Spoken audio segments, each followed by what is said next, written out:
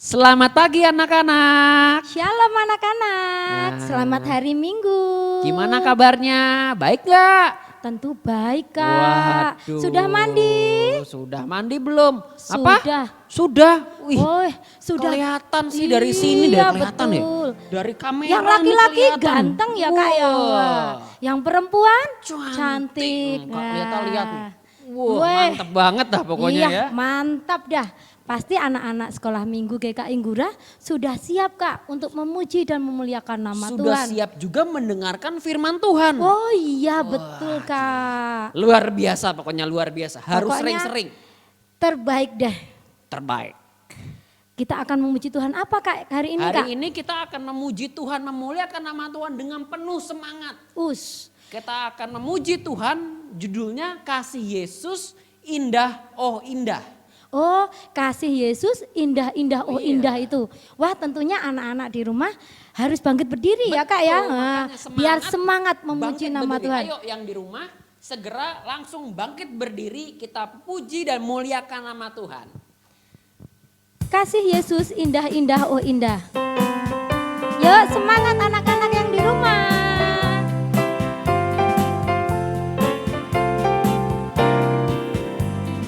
Kasih Yesus indah-indah oh indah. Kasih Yesus indah-indah oh indah. Sekali lagi ya.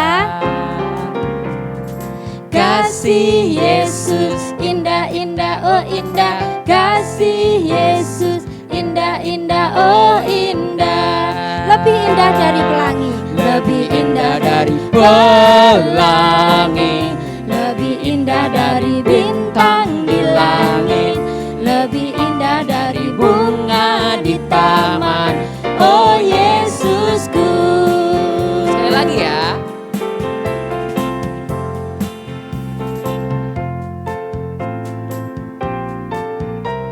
Harus tetap semangat. Kasih Yesus indah-indah oh indah. Kasih Yesus indah-indah oh indah. Kasih Yesus indah-indah oh indah. Kasih Yesus indah-indah oh indah. Lebih indah dari pelangi. Indah dari pelangi. Lebih indah dari bintang di langit. Lebih indah dari bunga di taman. Oh Yesusku. Lebih indah dari pelangi. Lebih indah dari bintang di langit. Lebih indah dari bunga di taman. Oh Yesusku.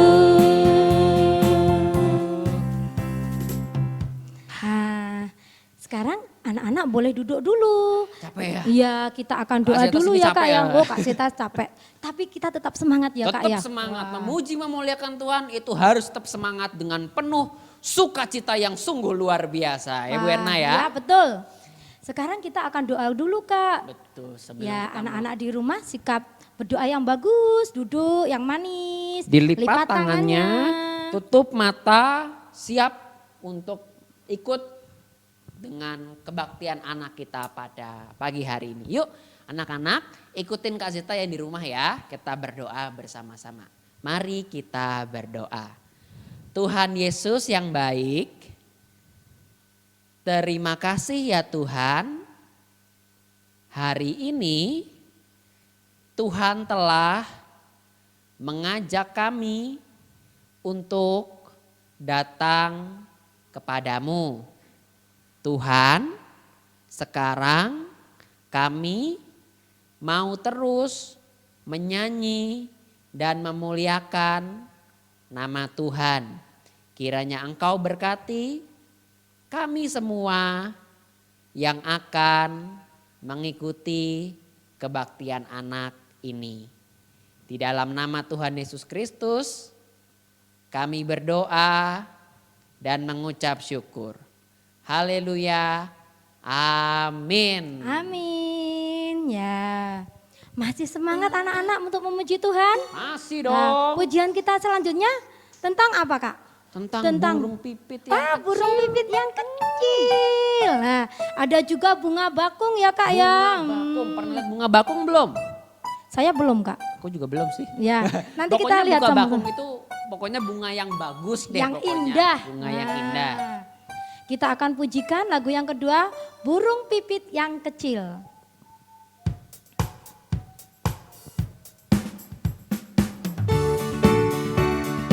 Anak-anak boleh bangkit berdiri. Kita memuji Tuhan sama-sama ya.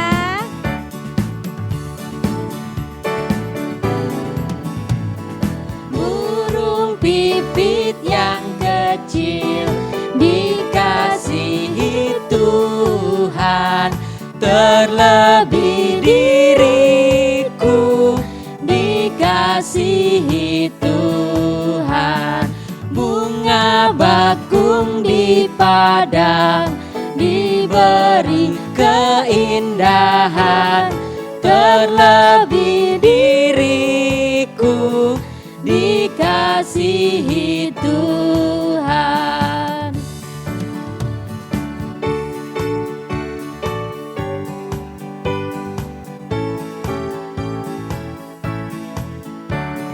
Burung yang besar kecil, bunga indah warnanya, satu tak terlupa oleh penciptanya.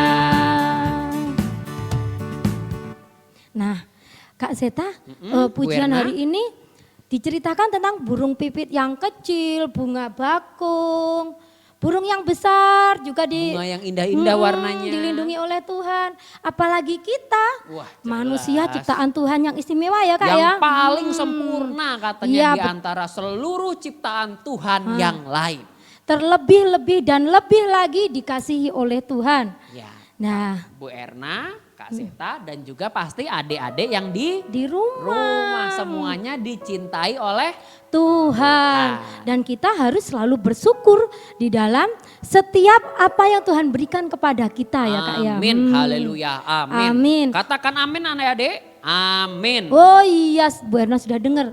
Mereka mengatakan amin Kak. Wah, luar biasa. Kak Zeta kita ingatkan juga.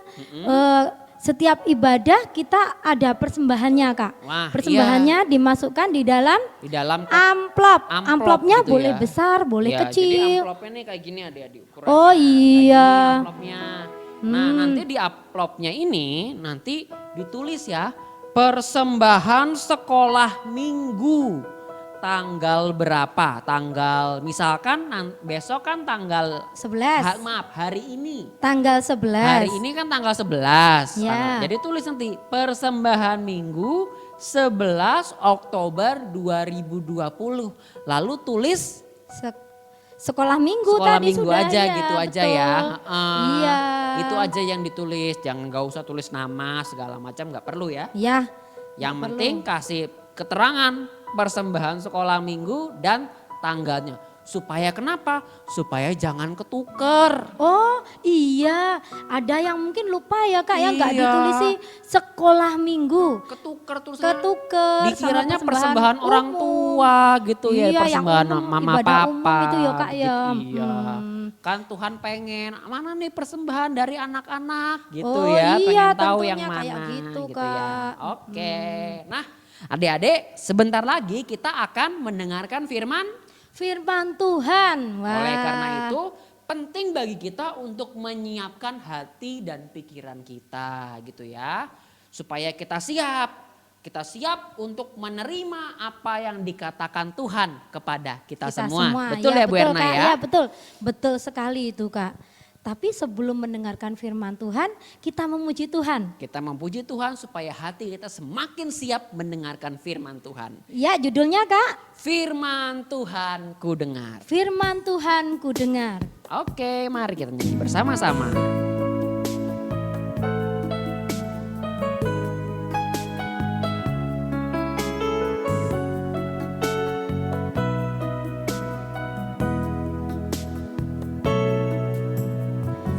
Firman Tuhan ku dengar, ku tanam di hatiku. Ku ingin bertumbuh subur, berbuah lebat. Yesus, tolonglah aku. Firman Tuhan ku dengar, ku tanam di hatiku.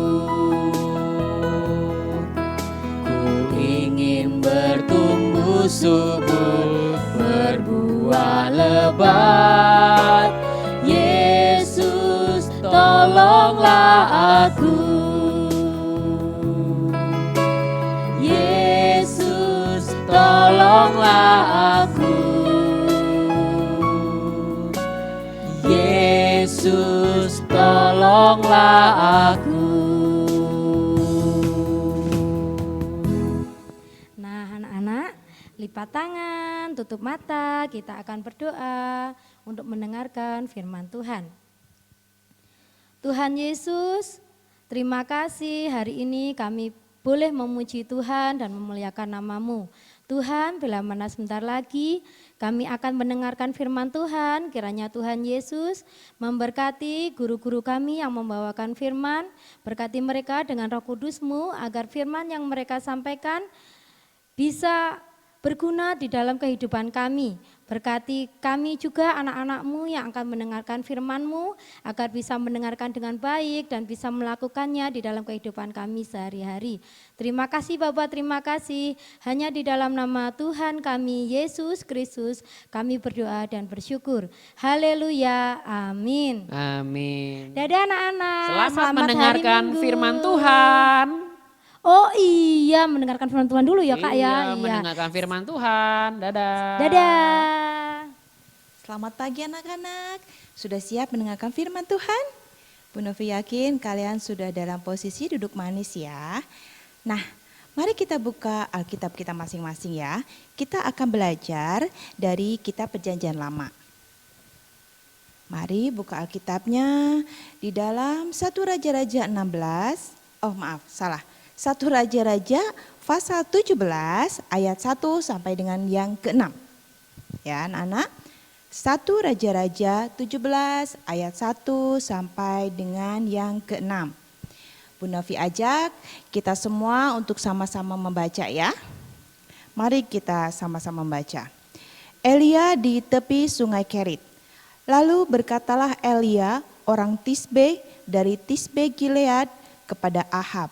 Demi Tuhan yang hidup Allah Israel yang kulayani, sesungguhnya tidak akan ada embun atau hujan pada tahun-tahun ini, kecuali kalau kukatakan. Kemudian datanglah firman Tuhan kepadanya, maksudnya kepada Nabi Elia.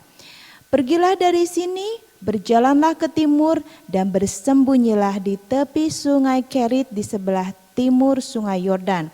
Engkau dapat minum dari sungai itu dan burung-burung gagak telah kuperintahkan untuk memberi makan engkau di sana. Lalu ia pergi dan ia melakukan seperti firman Tuhan. Ia pergi dan diam di tepi sungai Kerit di sebelah timur sungai Yordan. Pada waktu pagi dan petang, burung gagak membawa roti dan daging kepadanya. Dan ia minum dari sungai itu. Ya anak-anak, ada yang masih ingat cerita minggu lalu? Kalau tidak salah minggu lalu ceritanya tentang Raja Salomo yang membuat bait Allah, ya kan? Nah, minggu ini kita akan mendengarkan cerita tentang Nabi Elia yang diutus kepada Raja Ahab bahwa Raja Ahab dihukum oleh Allah karena kejahatan-kejahatannya. Nah, siapakah Raja Ahab ini? Apakah anak dari Salomo? Bukan. Atau cucunya? Juga bukan ya. Nah, sebelum kita mengetahui siapa Raja Ahab, Bu Novi akan ceritakan sedikit mengenai kerajaan Israel. Jadi begini anak-anak. ketika Raja Salomo telah tua dan mati, dia digantikan oleh anaknya yang bernama Rehabeam. Nah, Raja Rehabeam ini masih muda. Ya, dia seringkali di dalam keputusannya dia mengikuti apa yang menjadi kesenangan dirinya. Dia mengabaikan rakyatnya yang harus jadi prioritas dia. Dia jadi lupa akan semua itu.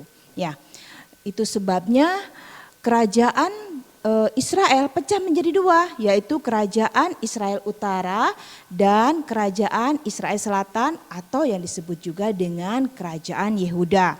Nah, anak-anak, Israel Selatan ini dipimpin oleh satu dinasti yang sama.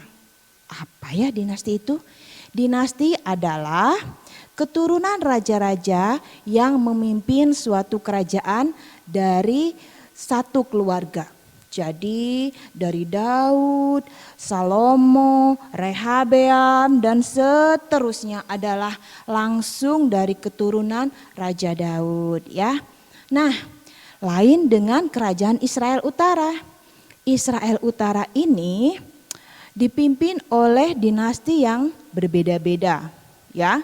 Jadi tidak dari satu dinasti yang sama. Kadang-kadang memang ayahnya kemudian digantikan oleh anaknya, tapi setelah itu tidak pasti langsung kerajaan itu akan dipimpin oleh cucunya. Nah, bisa jadi diganti oleh yang lain yang tidak ada hubungan keluarga dengan keluarga kerajaan. Nah, selain itu kerajaan Israel Utara adalah dipimpin oleh raja-raja yang jahat.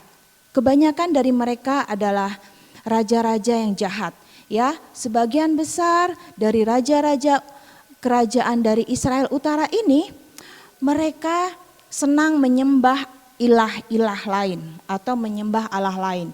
Jadi bukan lagi menyembah Allah Israel, mereka seringkali menyembah berhala-berhala. Nah, begitu juga dengan Raja Ahab ini ya. Sama seperti ayahnya, Raja Omri, Raja Ahab ini adalah raja yang jahat juga. Tetapi di mata Tuhan, Raja Ahab ini raja yang sangat jahat. Bahkan di Alkitab dikatakan kejahatannya melebihi daripada raja-raja sebelumnya. Bahkan lebih jahat dari Raja Yerobeam ya. Padahal Yerobeam terkenal raja yang jahat juga. Tapi luar biasa kalau Ahab ini. Nah, Ahab ini menikah dengan seorang putri dari kerajaan yang tidak mengenal Allah ya. Dia adalah seorang yang egois ya. Ada yang tahu siapa namanya? Izebel. Ya, benar sekali. Izebel. Izebel ini membawa pengaruh yang buruk buat Raja Ahab. Sudah dasarnya Raja Ahab ini jahat, ditambah dengan istrinya yang punya karakter jahat juga, maka semakin jahatlah Raja Ahab ini ya.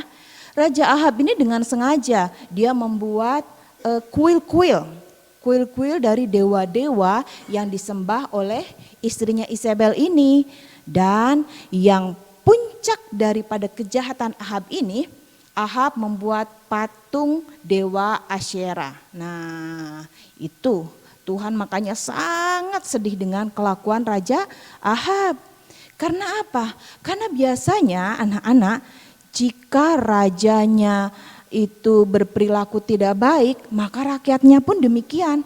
Rajanya baik, rakyatnya biasanya ikut baik. Tapi kalau rajanya jahat menyembah dewa-dewa, rakyat pun ikut demikian. Nah, makanya menjadi seorang raja itu harus punya ketaatan pada Tuhan, harus punya karakter yang baik, karena rakyat akan mengikuti apapun yang dilakukan oleh si raja ini.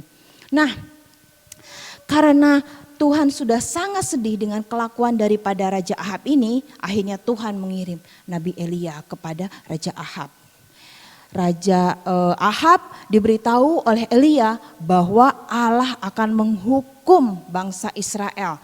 Allah tidak akan memberikan hujan sama sekali dan itu tidak terbatas waktunya. Artinya Tuhan tidak memberitahukan sampai kapan itu kemaraunya ya. Ya, jadi selama Allah belum memberitahukan kapan hujan datang, selama itu pun hujan tidak akan datang di negeri Israel. Tahu apa respon Raja Ahab? Raja Ahab marah. Dia kesal dengan apa yang dikatakan oleh Nabi Elia. Dia tidak menyadari bahwa dia sudah melakukan hal yang menyakitkan hati Tuhan. Dia masih tetap ingin hal-hal yang baik dari Tuhan. Hayo, di antara kalian adakah yang masih ingin mengharapkan yang baik padahal sudah melakukan hal yang tidak benar? Jangan ya nak ya, karena setiap kesalahan pasti ada konsekuensi yang harus ditanggung ya.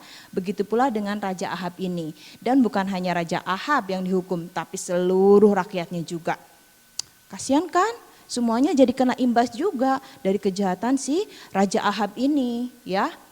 Nah, kemudian bagaimana dengan Nabi Elia? Ya, setelah Nabi Elia memberitahu kepada Raja Ahab akan hukuman yang akan diberikan oleh Allah, Allah memerintahkan Nabi Elia untuk bersembunyi di tepi sungai Kerit. Nah, kenapa sembunyi ya? Karena Raja Ahab sangat marah dan sepertinya Raja Ahab sudah mulai merencanakan kecelakaan untuk Nabi Elia. Itu sebabnya Tuhan menyembunyikan Nabi Elia di tepi sungai Kerit. Nah, sementara yang lain kelaparan, ya, tidak ada air, bagaimana dengan Nabi Elia? Soalnya kekeringan itu membawa dampak yang luar biasa anak-anak bagi kehidupan manusia. Bayangkan jika kita seminggu saja tidak ada air, apa yang akan terjadi? Air di sumur jadi surut ya kan. Terus mungkin kalau ada yang di rumahnya ada air menggunakan dari PDAM terus mati airnya selama 1 minggu. Aduh, Bu Novi gak bisa bayangkan. Pasti Bu Novi akan kesulitan sekali. Mau minum jadi susah, mau mandi jadi susah. Terus juga mau cuci baju juga jadi susah. Ya, dan bukan hanya manusia nanti yang akan jadi susah. Hewan-hewan pun anak-anak, banyak hewan yang kelaparan dan akhirnya mati juga. Tumbuh-tumbuhan udah pasti, banyak tumbuh-tumbuhan yang menjadi kering dan akhirnya mati. Nah, demikian yang dirasakan oleh bangsa Israel. Tetapi Nabi Elia dipelihara oleh Tuhan ya. Di tepi sungai Kerit Tuhan memelihara Nabi Elia dengan sangat baik ya.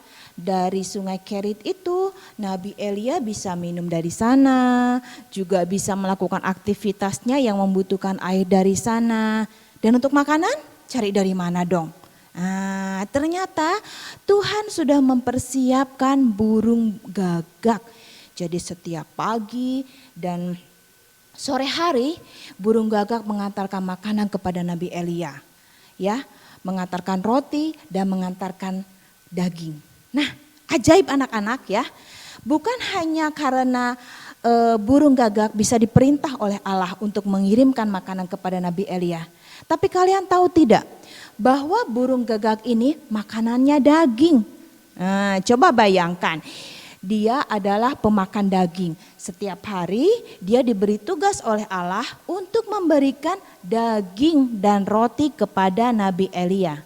Ajaibnya daging itu enggak dimakan sama burung gagak. Tetap dilakukan tugasnya dengan baik. Dan kehidupan Nabi Elia terpelihara. Ya. Demikian. Jadi Tuhan itu menjaga makhluknya, menjaga manusia dengan caranya yang ajaib. Ya, memang tidak semua bisa mendapatkan keajaiban seperti Nabi Elia, tapi ada banyak juga pemeliharaan Tuhan yang luar biasa yang bisa kita terima dan patut kita syukuri anak-anak ya. Coba bayangkan. Ya, mungkin sekarang ini kita dalam keadaan sulit ya. Kita tidak bisa bermain dengan bebas. Kita sudah rindu dengan Bapak Ibu guru kita di sekolah ya, terutama juga dengan teman-teman, gak bisa ketemu mereka, gak bisa main dengan mereka. Tapi percayalah anak-anak bahwa pemeliharaan Tuhan terus berjalan ya, terus berjalan di dalam kehidupan kita. Jadi mulai hari ini kita harus belajar mensyukuri setiap berkat yang Tuhan berikan kepada kita ya. Dan yang utama yang kita bisa ambil pelajaran dari kisah ini adalah kita harus hidup taat ya. Itu utama dan sangat penting ya. Karena ketaatan adalah bukti cinta kita, bukti kasih kita kepada Tuhan, dan bukti ungkapan syukur kita kepada Tuhan yang sudah memelihara kehidupan kita di luar daripada apa yang bisa kita bayangkan. Ya nak ya, dan lakukan bagian kita. Kita tetap harus lakukan bagian kita, tugas kita, enggak boleh malas ya. Jadi seperti Nabi Elia, meskipun keadaannya saat itu ya oke lah, dari makan tercukupi, minum tercukupi. Tapi kan tetap dia tidak bisa hidup nyaman seperti ketika sebelum kekeringan melanda. Ya kan? Bayangkan dia sehari-hari hidup di tepi sungai Kerit. Tidur di sana, melakukan aktivitas di sana. Pastikan melakukan aktivitas di rumah lebih nyaman kan anak-anak? Nah demikian juga. Ya, tapi Nabi Elia mau melakukan bagian itu dengan taat dan setia. Ya, kalian mau belajar untuk taat dan setia? Harus ya, kita ambil komitmen itu di dalam hati kita, ya, di dalam diri kita dan lakukan di dalam kehidupan kita setiap hari, ya. Oke anak-anak, saatnya kita untuk mencatat bahan bacaan kita hari ini. 1 Raja-Raja 17 ayat 1 sampai dengan 6, kalau kalian tadi lupa silakan dicatat. Kemudian judul daripada firman kita hari ini adalah Tuhan memelihara. Nah kemudian untuk ayat hafalan kita buka dari Filipi 4 ayat 19. Ayo silakan dicari sambil dibaca sambil dihafal juga. Sudah ketemu? Filipi 4 ayat 19. Demikian bunyinya. Allahku akan memenuhi segala keperluanmu menurut kekayaan dan kemuliaannya dalam dalam Kristus Yesus ya. Jadi bunyinya Allahku akan memenuhi segala keperluanmu menurut kekayaan dan kemuliaannya dalam Kristus Yesus ya. Nah, anak-anak setelah kalian catat nanti setelah ibadah selesai kalian boleh hafal ayat hafalannya kemudian kalian kirim ke grup sekolah minggu kita ya. Nah firman hari ini sudah cukup sampai di sini. Kiranya kita bisa belajar untuk taat dan setia setiap hari. Ya, mari kita berdoa untuk menutup ibadah kita pada pagi hari ini. Bapa di dalam surga, puji dan syukur, terima kasih untuk hari ini, untuk firman-Mu yang boleh sama-sama kami dengarkan Tuhan. Terima kasih Tuhan Yesus, kami belajar dari Nabi Elia yang taat dan setia, yang mau melakukan bagiannya dengan tetap mengucap syukur padamu tanpa keluhan Tuhan. Terima kasih Tuhan Yesus, kiranya Engkau juga menolong setiap kami untuk belajar taat, belajar menurut kepada nasihat orang tua, belajar untuk hidup disiplin. Dan kami juga boleh belajar untuk bertanggung jawab melakukan tugas dan bagian kami masing-masing di dalam hidup kami Tuhan. Terima kasih Tuhan untuk pemeliharaan-Mu yang luar biasa dari hari ke hari hingga kami boleh melalui hari-hari kami hingga saat ini. Tuhan Yesus, tolonglah kami untuk kami mau melakukan semua kehendak Tuhan dengan hati yang tulus dan ucapan syukur. Terima kasih Tuhan Yesus, kami mengucap syukur. Haleluya. Amin. Baik anak-anak, hari ini sampai di sini. Kita ketemu minggu depan. Selamat pagi.